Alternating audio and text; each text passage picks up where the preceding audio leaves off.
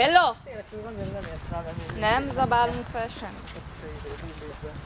Mind a kettő. Úgyhogy mostanában még nem jövünk. Hogy vagytok? Elmama valaki?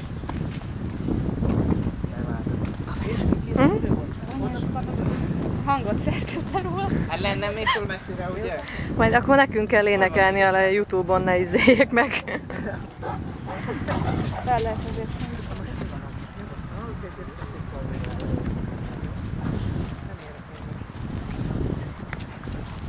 Ez a kedvencem, amikor már nem tudok egyenesen sem menni.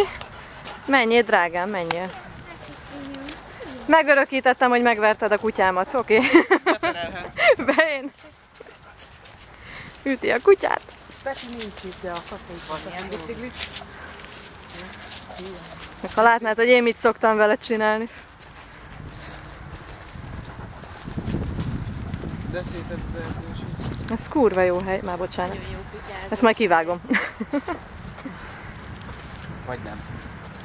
Kell ez. Ja. Emmának ugye fölvesszük a nagy pillanatokat, és akkor néha úgy elszólják magukba fel, hogy akkor a életbe, meg bassza meg, és akkor így. Főleg Most veszik apám az föl, nagyon még rondál. egyszer. De most ha a gyerek Majd úgyis helyét veszedem alóla, csak magunknak hagyom meg így, hát azért. de nehogy és már. van egy olyan videó, hát ez nagyon durva, és mai napig azt nézi. Anyámnak a tesója elkezdi mesélni, hogy ment a munkába, és jött két kutya, és nem is tudom, hogy oda kapott neki. És valami, hát ilyen gyönyörű alpári szavakkal ír, basz meg,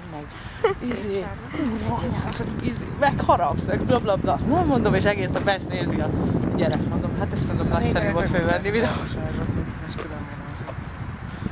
Meg olyan fura, hogy mindig együtt vannak. Pedig a Filipő is háromlábas. De igen, egyébként akartam is kérdezni, hogy nincs náluk ilyen. Mert mostanában nálunk a Gomez akármilyen kis izé is, de mondjuk jó, a Boszkó nem támad vissza, csak már azért... Jön a kisbaba, meg a nagymama, Ja. meg 5 kutya szemben. Ne, hogy figyelek meg. Nem már.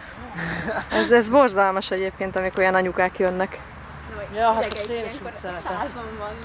Fú, én úgy imádom idegesíteni őket. Menjünk már be oda Jumbezba. Filippo, vissza! Gyorsan! Most már de édesek. Fú, otthon direkt kimegyek a városba, hogy is óra ez a